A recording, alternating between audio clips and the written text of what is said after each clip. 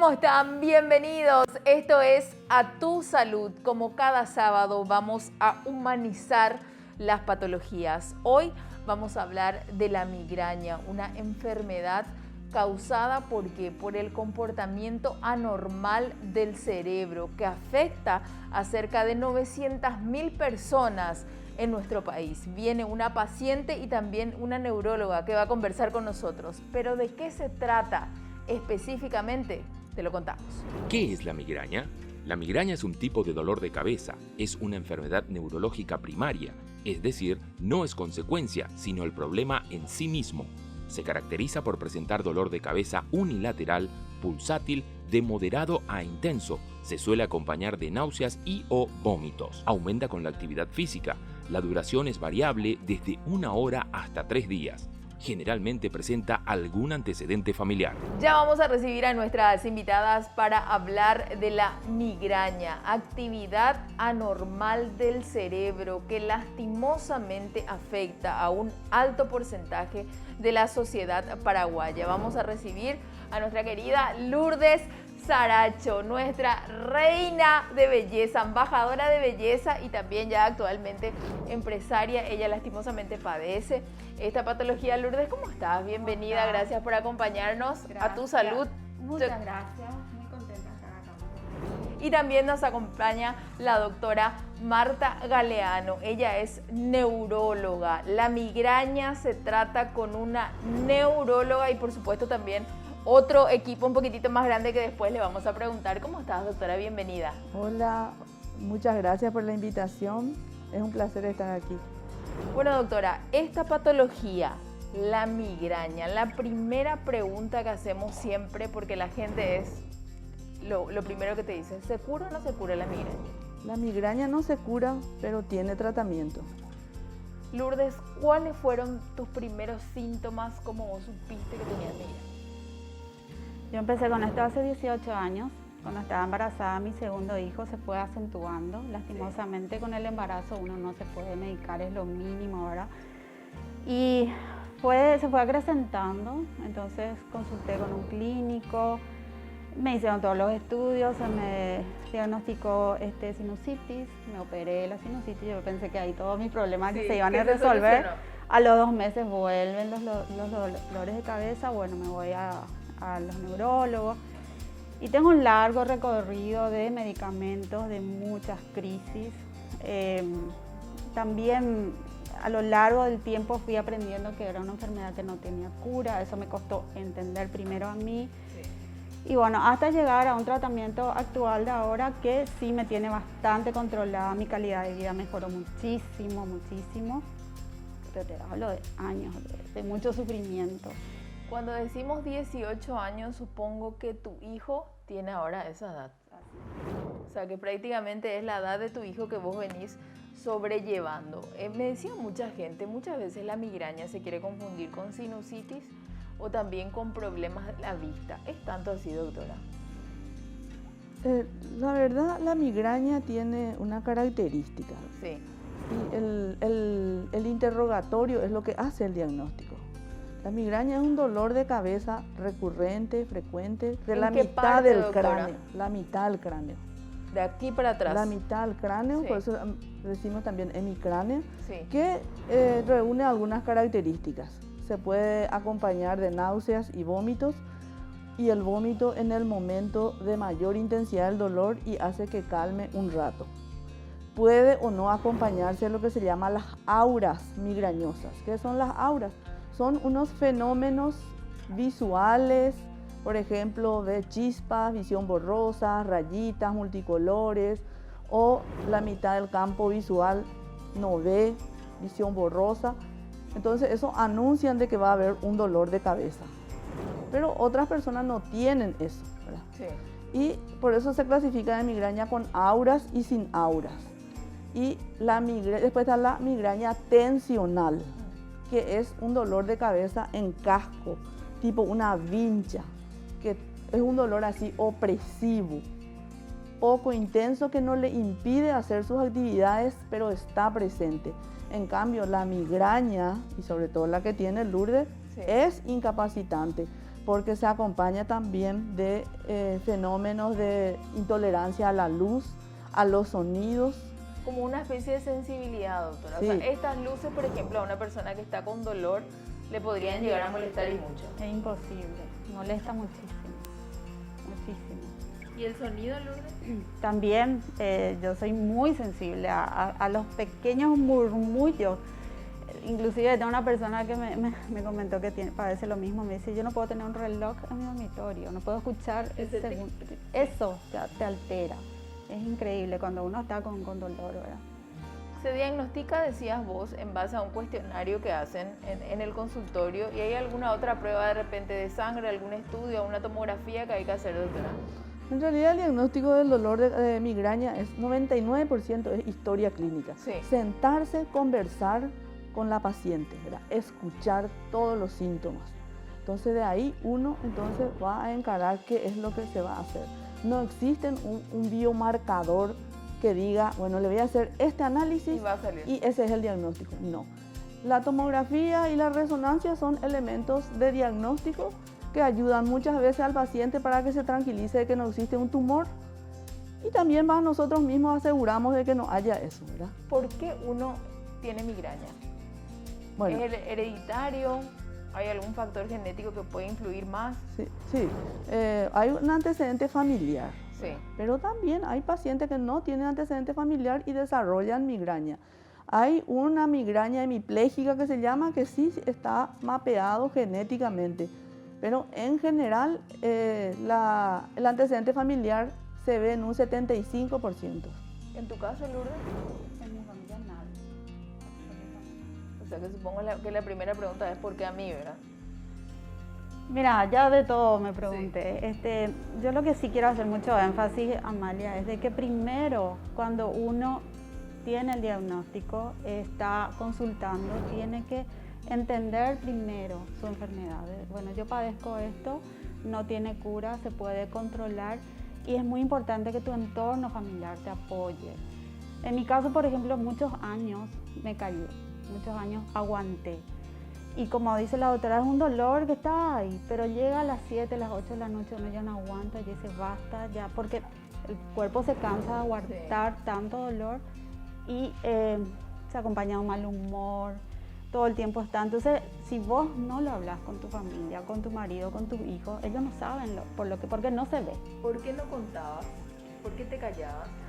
Porque siempre quería estar bien, en ese momento mis hijos eran pequeños, estaba yo en un trabajo también, entonces, no sé, era porque no aceptaba lo que me estaba pasando, ¿verdad? Entonces, empezaba con los analgésicos, tomaba, después de la tarde no me pasaba, tomaba más analgésicos, y recién hace unos pocos años yo dije, bueno, esto es algo que a mí me pasa, me va a acompañar durante toda mi vida, mi familia lo tiene que entender.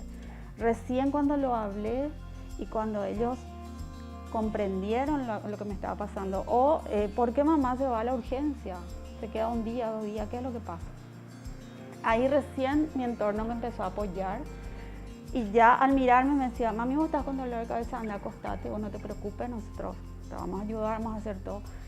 ¿Cómo cambia eso también? Claro, ayuda muchísimo. Yo creo que ahí es donde influyó también mucho lo que vos decías, esa calidad de vida, ¿verdad? Sí, así mismo. Había veces que yo estaba 15 días con dolor de cabeza.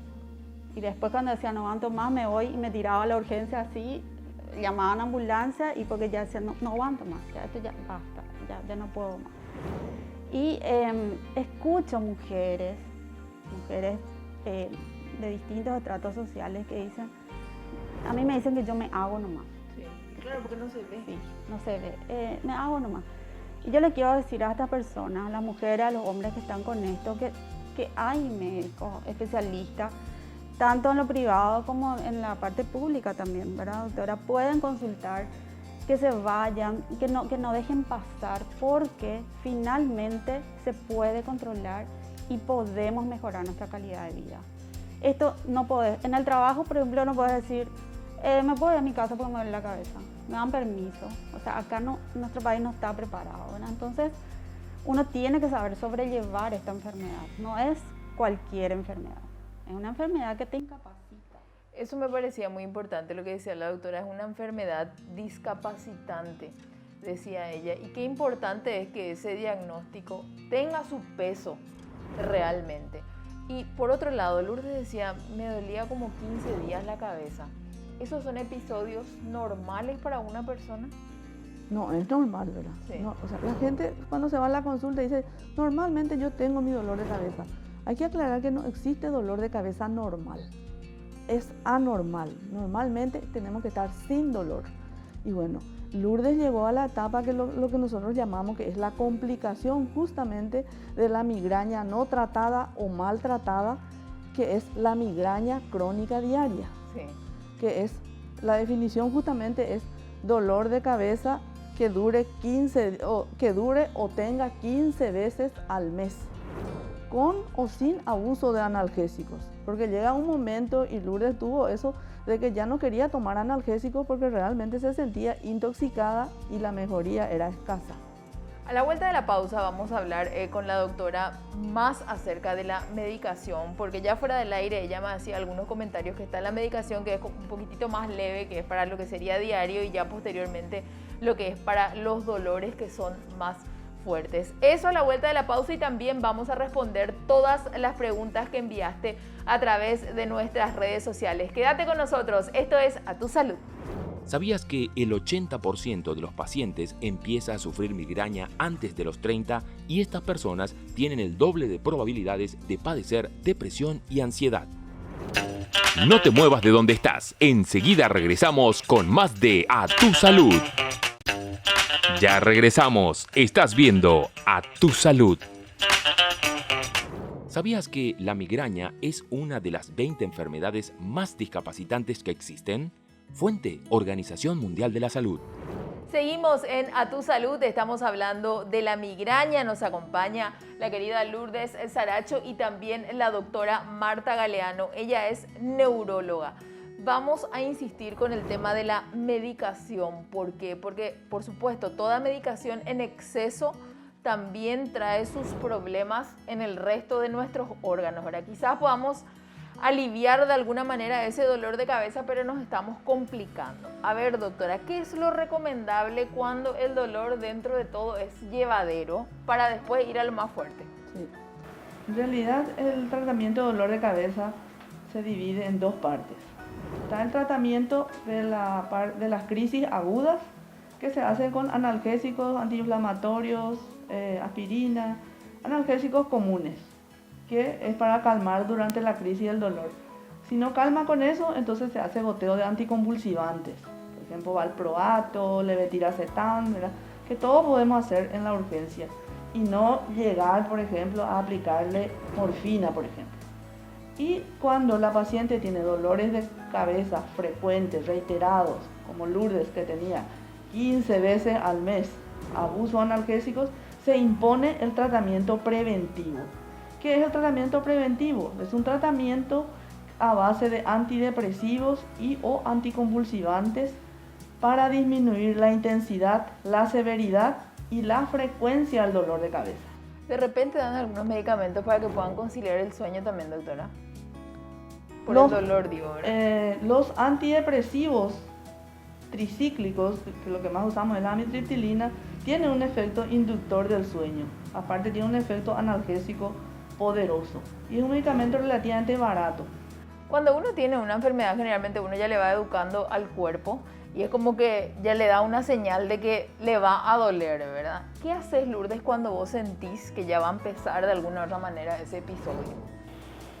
Antes de descubrir el tratamiento que me hago actualmente, me entraba una desesperación porque yo sabía que eso iba a ir creciendo durante el paso de las horas. Cuando, por ejemplo, íbamos a ir a la estancia, cuando vamos varias veces al año, yo empezaba con mi artillería de por si empieza leve, por si después duele un poco más, por si no sé qué. Yo no podía irme a un lugar sin toda esa cantidad de analgésicos, ¿verdad? Entonces yo estaba abusando ya de y después ya empezaba el efecto rebote y cuando yo ya no podía controlar, ¿verdad? Y ahí es cuando entraban las crisis. Hasta que después la doctora me empezó a aplicar Botox, que me aplica cada 3 meses y es lo que me mantiene. Yo Mientras me aplico el Botox en ese periodo de tiempo, no hago crisis, no hay dolor, me mantengo con mi preventivo que tomo a la noche, todas las noches. Todas las noches una medicación. Sí, una medicación y después nada. O sea, solamente tengo por si un analgésico en la cartera, pero ya no como antes vivía con ese temor constante porque, por ejemplo, y dependía de mi día. Si hoy tenía un día cargado, yo sabía que iba a terminar la noche con mucho dolor, ¿verdad? ¿Por qué el Botox, doctora? Y la toxina botulínica se usa en migraña hace 20 años. Sí. Hay que recordar que hay un grupo de pacientes que no responden al tratamiento preventivo. Ok. Por ejemplo, Lourdes. Sí. Entonces se pasa a la otra tanda, que es el uso de la toxina botulínica. La toxina botulínica justamente es un medicamento que se emplea para dolor. Bueno, el Botox nosotros cuando nos imaginamos más es para lo que tiene que ver estética, de hecho que con todos los especialistas que vinieron nos cuentan inclusive en dónde se utiliza. Para la migraña, ¿dónde se aplica? ¿Cómo? La migraña tiene sus puntos dolorosos. Sí. Como es una enfermedad compleja que viene finalmente del tronco cerebral con estimulación al nervio trigémino. Y el nervio trigémino se encarga de inervar prácticamente toda la dura madre de la envoltura del cerebro. Y entonces esa interacción ahí entre los nervios y los vasos genera una inflamación permanente. Y entonces produce zonas dolorosas. La región frontal. Esta parte. Sí. Mostrarnos nomás ahí en Lourdes, sin problema. A ver. Acá. Sí. ¿Verdad? Después a nivel temporal, a nivel occipital y a nivel de los músculos trapecios. Sí. Porque los nervios cervicales también participan en la producción del dolor. Entonces hay que inhibir esos puntos dolorosos. Por eso que hay que aplicar entre 35 a 41 puntos aproximadamente. Y hay que recordar también que esto son puntos dolorosos que nosotros los neurólogos manejamos. Claro. No porque alguien sabe aplicar toxina botulínica. Claro, le va y le dice, aplícame. Está capacitado.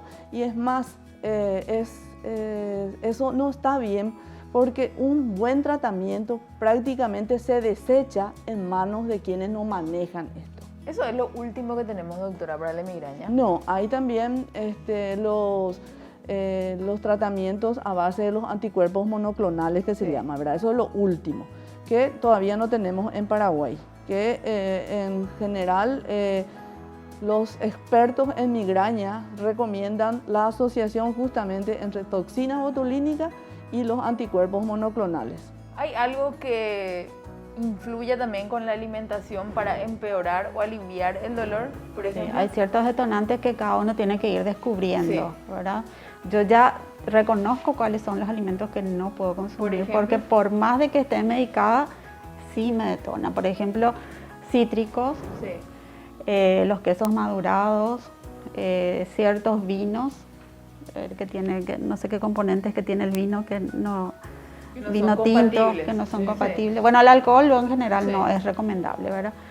Después lo que tienen los edulcorantes, los que tienen ciertos químicos, también hay que siempre lo más natural posible, que en general en todo tipo de dieta o alimentación es lo más recomendable, y en la migraña también, siempre que sea lo más natural, menos conservantes, menos químicos. Quiero compartir algunas preguntas que de hecho varias ya fuimos evacuando con la doctora. Dice, yo tuve neuralgia del trigémino, corregime si estoy pronunciando mal, doctora, y un neurólogo me trató y contra todo pronóstico el dolor intenso me dejó después de 10 años recién, dice Flora Inocencia. Sí, eso es un dolor de cabeza, no es un dolor de cabeza, es un dolor especial del nervio trigémino. Sí. Un dolor terrible. ¿Pero es de migraña o no? No. No, ok. Los remedios caseros también funcionan, dice. Según dice, cosa que yo lo probé y no sé si funcionó o no, pero la causante es más la tensión de todos los días. El estrés es algo que nos consume poco a poco, dice Veloso Neto. Yo tomo Ergodolanet porque tiene el tártago y cafeína, luego está el Cefalgim y por último tomo la Pregabalina, que es para el dolor neuropático. Bueno, la pregabalina es un tratamiento que se usa así en neuropatía y eso. Es de segunda elección en migraña. Sí. De primera elección siguen siendo los antidepresivos tricíclicos y el anticonvulsivante topiramato. Basílica Sosa dice, sufro migraña desde hace 23 años. Todos los tratamientos neurológicos solo calman por un tiempo, luego vuelven con más frecuencia y fuertes dolores. Estoy cansada de tomar calmantes, me destruyen el hígado. Me gustaría encontrar una cura definitiva. Es horrible sufrir esta enfermedad. Sí, realmente es, entiendo yo, muy frustrante por lo que nos contaba Lourdes. ¿Qué le podemos decir a la gente que está así? Que consulte, que no todas las migrañas o no todos los tipos de dolores de cabeza son iguales. El tratamiento que a mí me funcionó a lo mejor a otra persona no. Por eso es que tienen que consultar con el médico y le va a diagnosticar, pero yo lo que sí les quiero decir es que hay una luz de esperanza, sí. O sea que cuando está bien tratada la enfermedad se mejora la calidad de vida y no hay que estar sufriendo con esto, hay que buscar la manera de tratar de solucionarlo y que la familia le apoye a la persona y también el trabajo, ¿verdad? Porque esa es la parte que a mí me preocupa mucho, de que mucha gente por eso tal vez tratan de no compartir mucho esta enfermedad porque por el tema del trabajo también, ¿verdad? ¿Desde qué edad mayormente se manifiesta, doctora? En realidad la migraña comienza en la infancia ya, ¿verdad? Sí. Un niño o una nena de 3 a 5 años ya comienza a tener algunas manifestaciones. Por ejemplo, el viaje en auto que le da malestar, le da un dolor acá en epigastrio o tiene ganas de vomitar, el mareo a las alturas, son lo que nosotros llamamos cinetosis. Eso significa que esa criatura tarde o temprano va a desarrollar migraña. ¿Las mujeres estamos más predispuestas? Sí, la mujer es más frecuente. 3-1 la relación. Y otra consulta, generalmente cuando vamos a estar con nuestra regla, a nosotras de hecho que nos duele luego la cabeza, se complica más supongo cuando hay una migraña por medio. Sí, el desfasaje hormonal que se produce antes de la menstruación pre-regla, sí. Ahí el estrógeno es el que hace que desencadene migraña y le da una personalidad también a la mujer. Generalmente está más sensible. Sí. También, y ahora, perdón, doctora, los anticonceptivos también son factores de empeoramiento. De empeoramiento, sí. Bueno, doctora, ¿y por qué cuando se acerca la menopausia puede disminuir? ¿Cuál es el factor? Y el factor principal es que comienza a disminuir la producción de hormonas. Y generalmente eso se produce a los 50 años. ¿Y tenés pacientes que están como mucho mejor con eso? Sí, hay gente que desaparece su dolor. Prácticamente los estudios demuestran de que hay un 70% que mejoran con la menopausia y en un 30% siguen con dolor, pero cada vez con menos intensidad. Afortunadamente, el PAI decidió incluir en la lista de enfermedades de base a la migraña y muchísimas personas con esta enfermedad ya se vacunaron. ¿Qué tanto complica el COVID con la migraña? Y el COVID produce un empeoramiento del dolor de cabeza en las mujeres que tienen dolor de cabeza y los que no tuvieron desarrollan también un dolor de cabeza que no calma con nada. Yo he llegado a tener en este momento 2 pacientes que le tuve que aplicar toxina botulínica porque no calmaba con nada los dolores de cabeza. ¿Es caro ese tratamiento, doctora? Y es un poco oneroso, ¿verdad? ¿Y en los hospitales públicos tenemos acceso a neurólogos que nos pueden dar buenos tratamientos también? Sí, nuestro departamento de neurología del hospital de clínica, todos los neurólogos están capacitados para tratar migraña y otras enfermedades, pero no tenemos toxina botulínica para ofrecerle a los pacientes. Todavía. Ojalá que en un futuro se pueda, sí. ¿verdad? Lourdes, ¿un mensaje que quieras dar antes de ir cerrando el bloque? Y nada, que estoy muy agradecida de haberle conocido a mi doctora. Que esa relación es súper importante. Sí, realmente, sin desmerecer a otros profesionales, sino que es un recorrido por el que tenemos que pasar, ¿verdad? Y sobre todo ir conociéndonos nosotros mismos.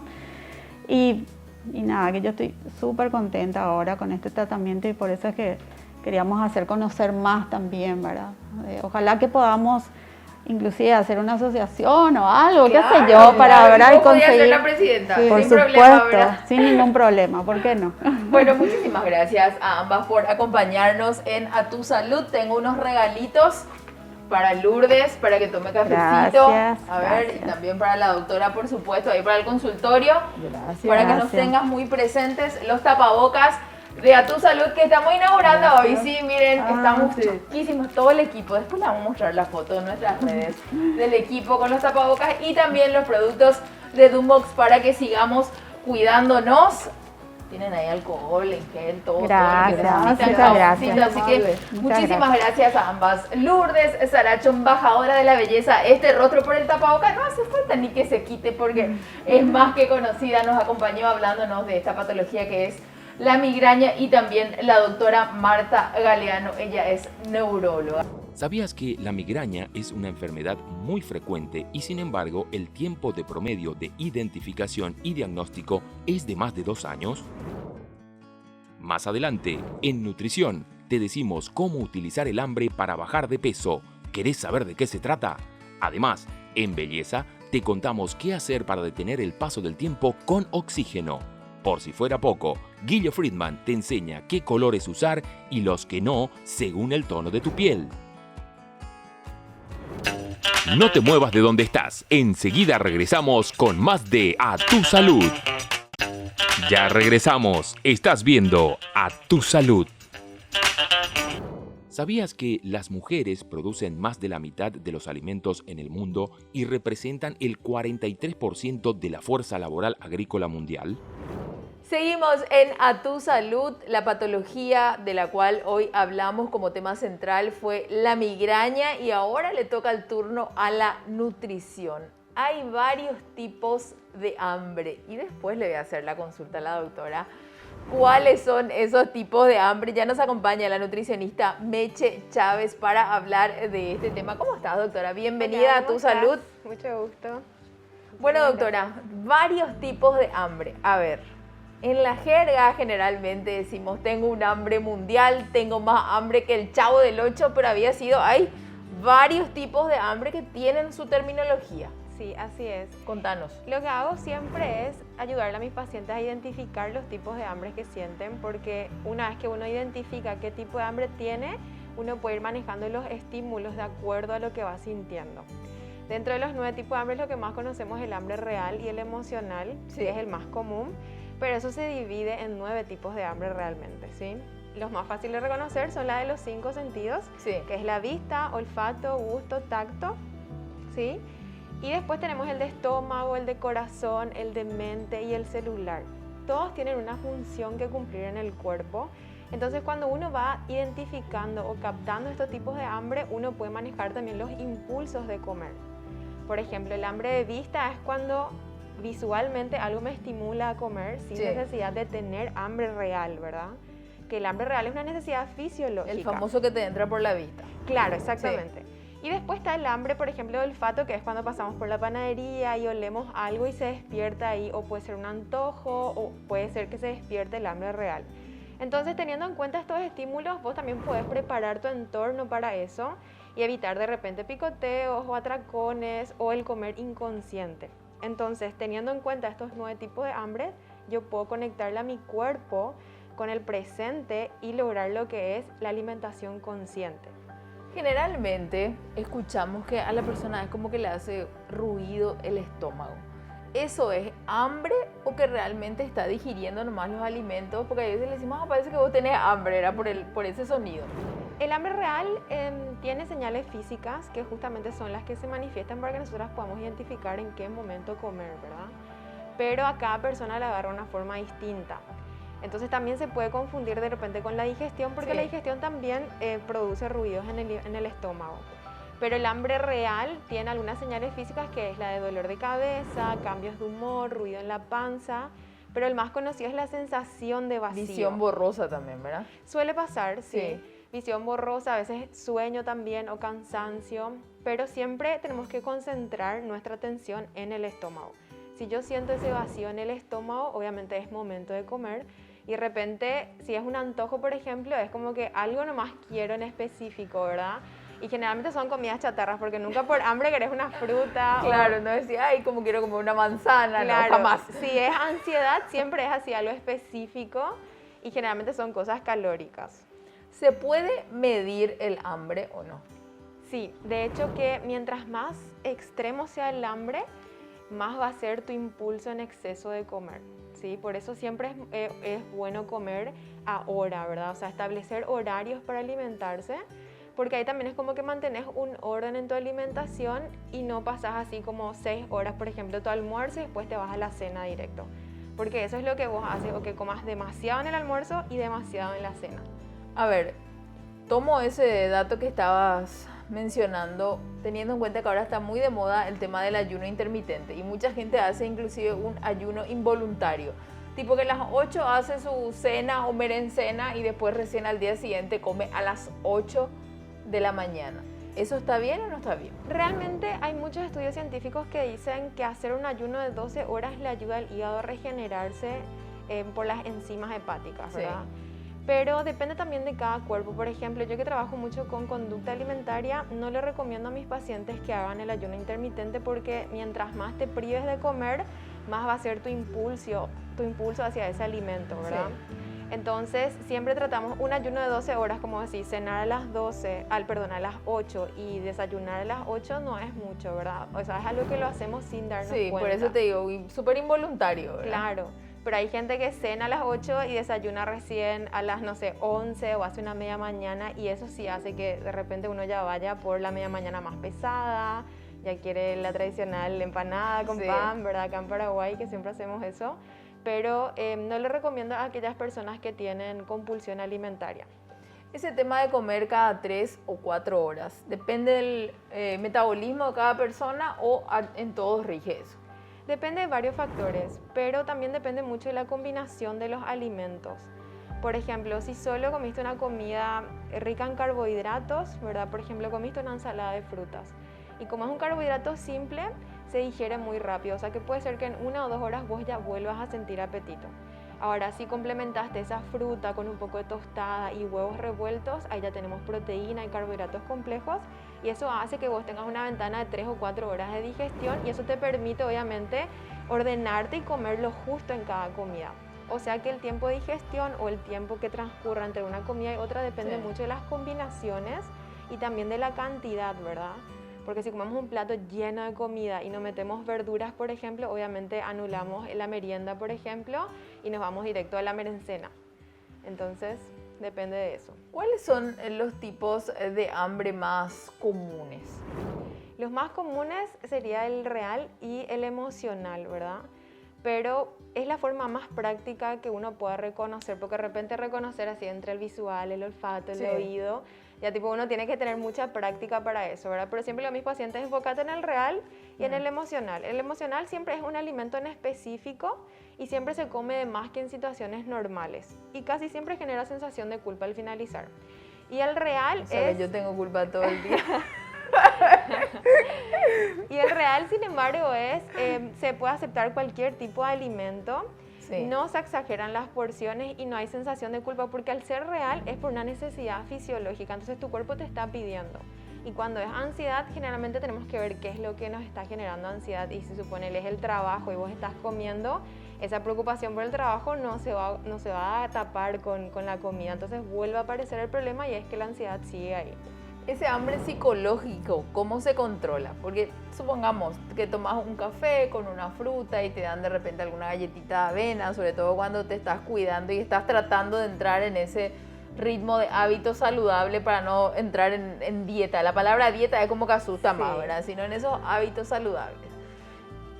Comiste, tomaste todo eso y después decís, yo tengo hambre. Tengo hambre y no puede ser porque vos le acabas de cargar a tu estómago, ¿verdad? Claro. ¿Qué haces?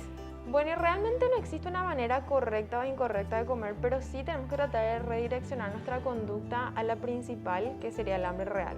Sí. O sea, tenemos derecho a comer por emociones, por cansancio, para premiarnos, para acompañarle a alguien, por miles de motivos comemos.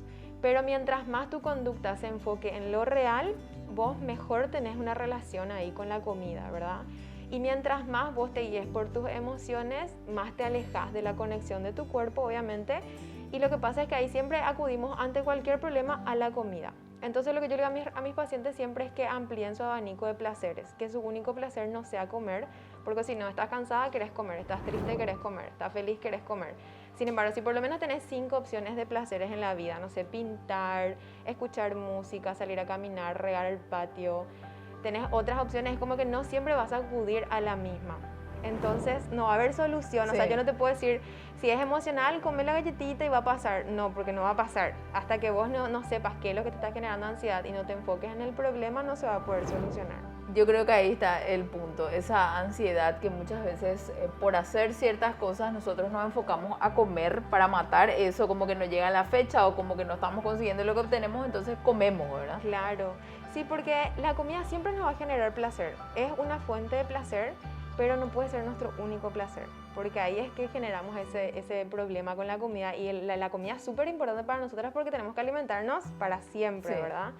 Entonces, es importante que sepamos reconocer los estímulos, identificar lo que nos genera ansiedad, solucionar eso, ¿verdad? Con estrategias, puede ser terapia psicológica, actividades de relajación, respiración, yoga, meditación, leer, ¿verdad? Todo lo que te pueda ayudar intelectualmente a la apertura mental, ¿verdad? Para que vos tengas otros enfoques o por lo menos otras ideas para acceder ante esos problemas. Doctora, muchísimas gracias por acompañarnos, súper interesante. Los tipos de hambre, ahora ya saben, no es el mundial ni el tipo Chavo del 8 como se suele decir. Te regalamos un tapabocas. Muchísimas Tenemos gracias. que cuidarnos siempre, siempre, siempre. También los productos de Dumox. Gracias. Para vos y la tacita infaltable de A Tu Salud. Muchísimas gracias por acompañarnos, doctora. ¿Sabías que el aguacate puede sustituir a la mantequilla? Utiliza poca cantidad, evitando que su color sea verdoso, y tendrás una opción más saludable. No te muevas de donde estás, porque en instantes te decimos cómo evitar el paso del tiempo con el oxígeno. Y Guille Friedman. Y hoy, chiques, voy a hablar específicamente de colorimetría, que es creo que es el problema más grave que existe a la hora de maquillarse. Así que no se pierdan todos los trucos y detalles que les voy a dar. Enseguida regresamos a Tu Salud. Ya regresamos. Estás viendo A Tu Salud. ¿Sabías que el ideal de mujer de la Grecia clásica era una fémina con la piel clara y el pelo rubio? Así que inventaron un aclarante de pelo a base de arsénico. Le toca el turno a la belleza y vamos a hablar de la terapia del oxígeno. ¿De qué se trata esto? Vamos a conversar con la licenciada Fabiola Rojas. Ella es especialista en belleza. Doctora, ¿cómo estás? Bienvenida. Yo te voy a decir doctora, te voy a poner el título, ¿sí?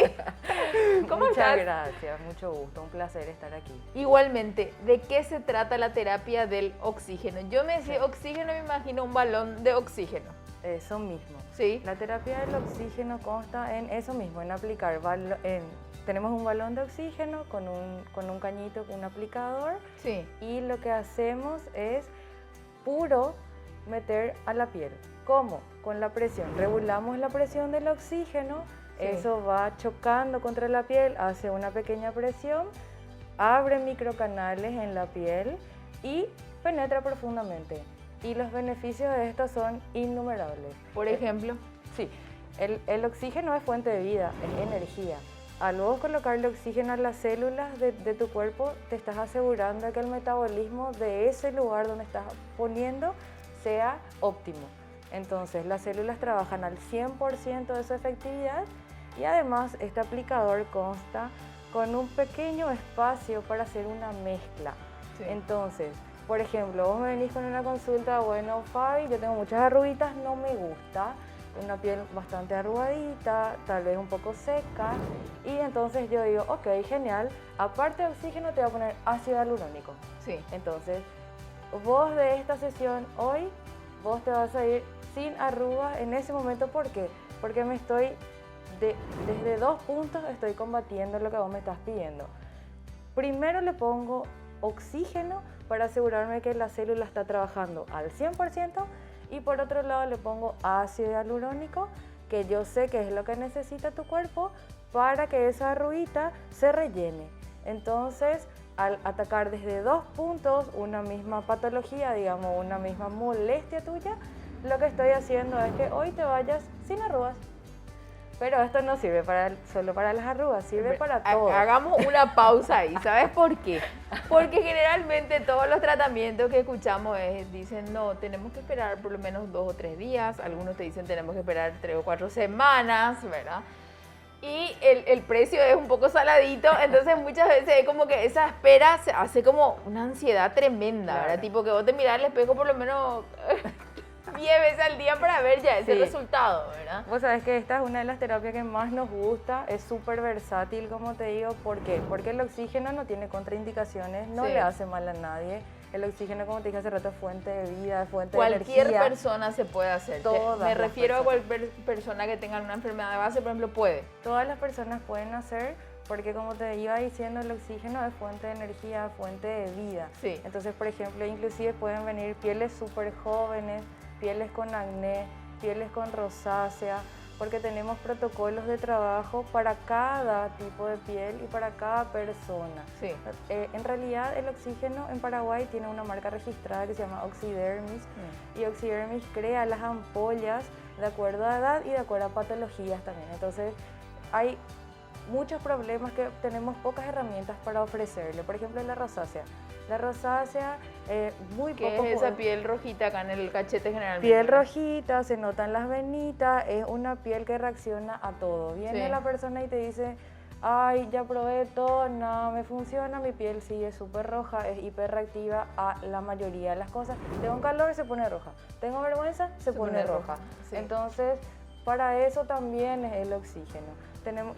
Aplicamos unas ampollitas que son para eso y la persona hoy se va con la piel calmada, la piel relajada. No importa si estás embarazada, estás con lactancia, no hay contraindicaciones. El oxígeno puro es para todos. ¿Y estas terapias son para siempre o hay que hacerlas cada tanto? Bueno, ok, tardamos aproximadamente 40 minutos en cada sesión. En cada sesión, Ok. sí, porque primero lo más importante es el diagnóstico de tu piel. Sí. Si tu piel está bien diagnosticada, entonces yo voy a elegir el principio activo correcto. Sí. Entonces, hoy ya te va a dar resultado, como te digo. Si es que vos me venís más veces, mejor, porque el efecto es acumulativo.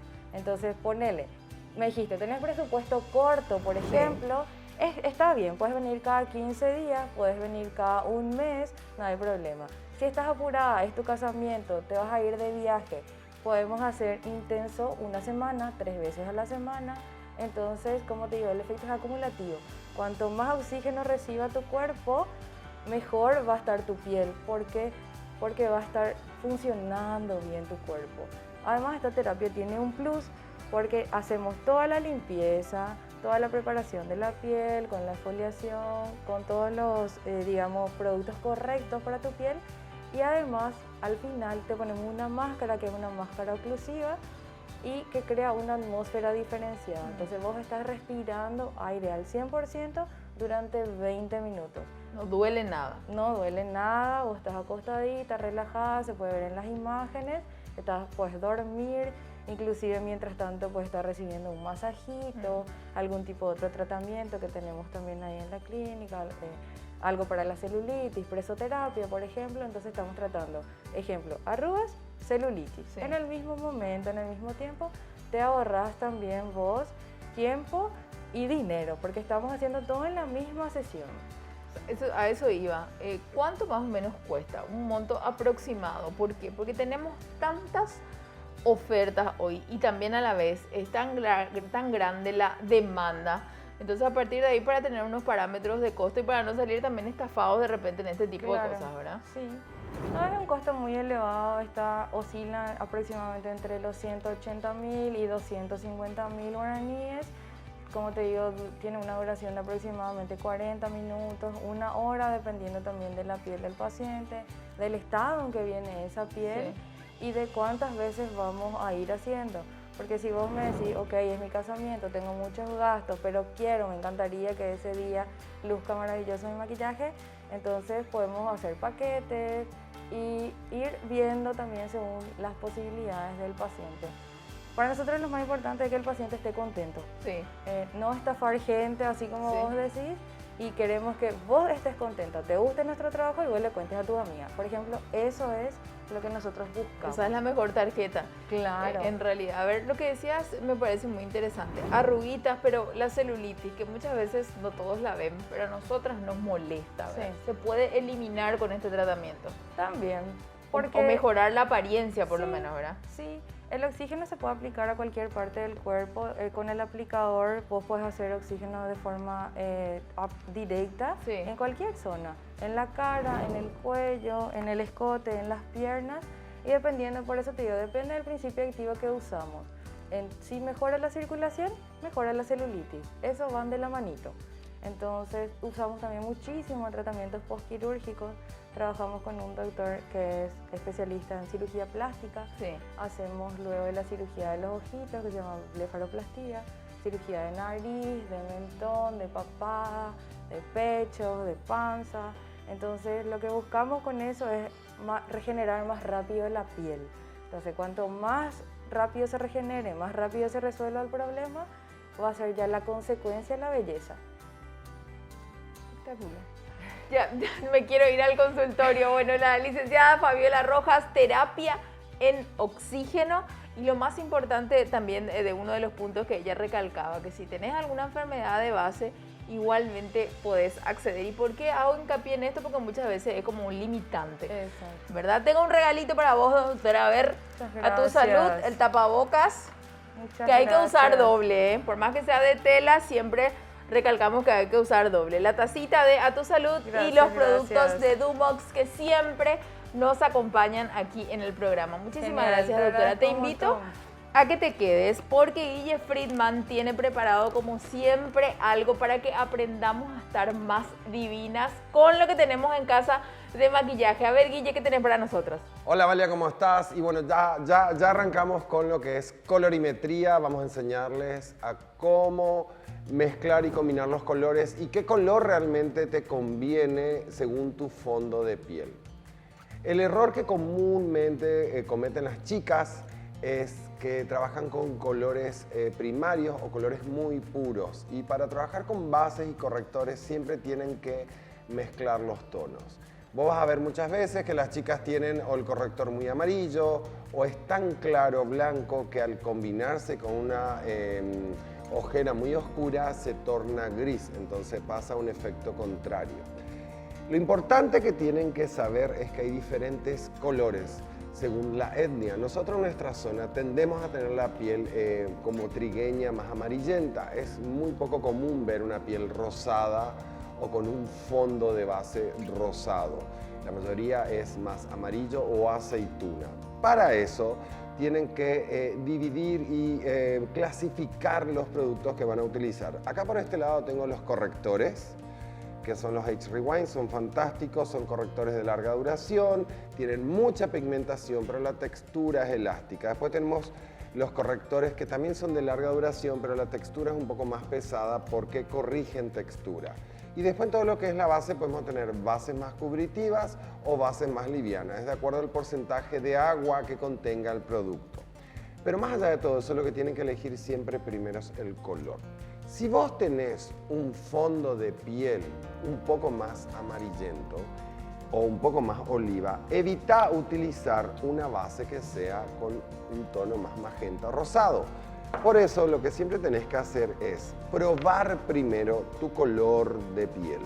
Vas a aplicar el producto en la mano y de esta forma vas a ver cuál es el que te conviene. Yo en este caso estoy colocando dos tonos, la misma base en tonos diferentes. Si observan van a ver que tengo acá con un poco de pigmentación magenta y acá tengo un poco más de pigmentación oliva.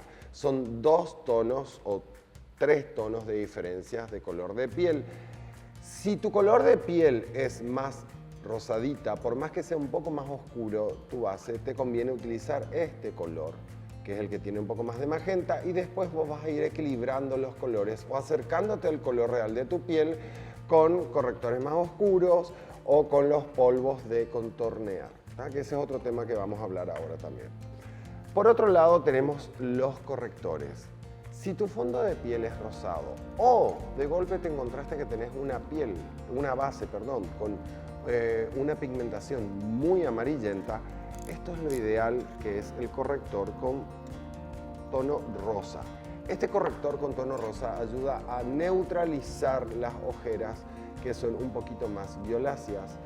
Inclusive si tenés una ojera que es más amarronada, puedes trabajar con un tono de corrector que sea más caramelo y como este,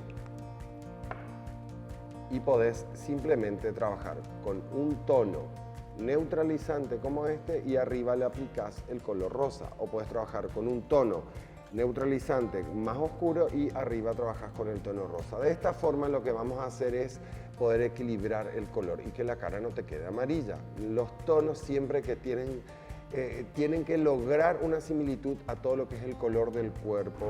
Una vez que tienen seleccionado todos los colores, tanto correctores o bases, para ir haciendo la primera etapa de la base de maquillaje, vamos a ir con los colores oscuros.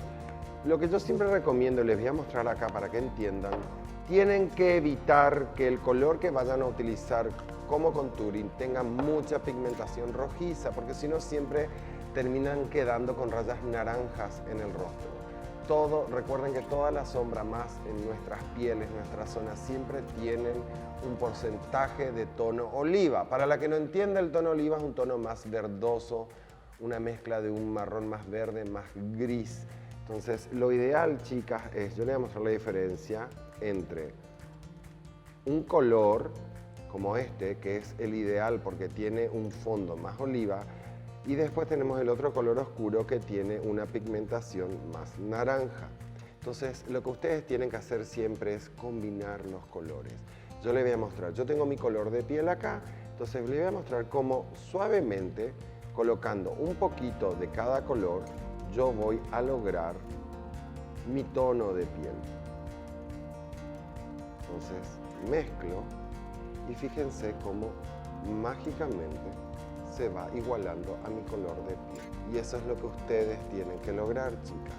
Que la base, el corrector, el contouring siempre se maneje dentro de los rangos del color de piel de cada uno. Ahora, si yo dentro de esto quiero hacer un contouring, voy tomando de a poquito este color, que es el color que tiene un fondo más de aceituna, y con eso voy generando la profundidad.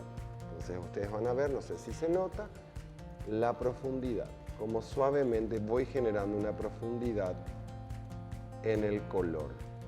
Si en cambio yo coloco este color que es un poco más naranja, va a ser más difícil de lograr ese efecto y ya va a quedar artificial. Una vez que tengan todos los colores definidos, qué usar y qué no utilizar, van a lograr un maquillaje perfecto. Cualquier duda que tengan, chicas, saben que me pueden escribir, van a ver en el Zócalo mi mail y mi Instagram. Todas las dudas que tengan me escriben y para el próximo programa se las voy a contestar. Así que nada, Amalia, un beso enorme a todos, volvemos a piso. Gracias querido Guille. Siempre me dejas con la boca abierta, pero más que nada con los ojos bien atentos a esos movimientos que haces con las manos. Algún día voy a ser como vos. El próximo sábado vamos a hablar del Asperger, ¿sí? También con una invitada súper especial que nos va a contar cómo lleva esta enfermedad desde los 10 años. Gracias por la compañía en A Tu Salud. Nos vemos el próximo sábado a las 16 horas.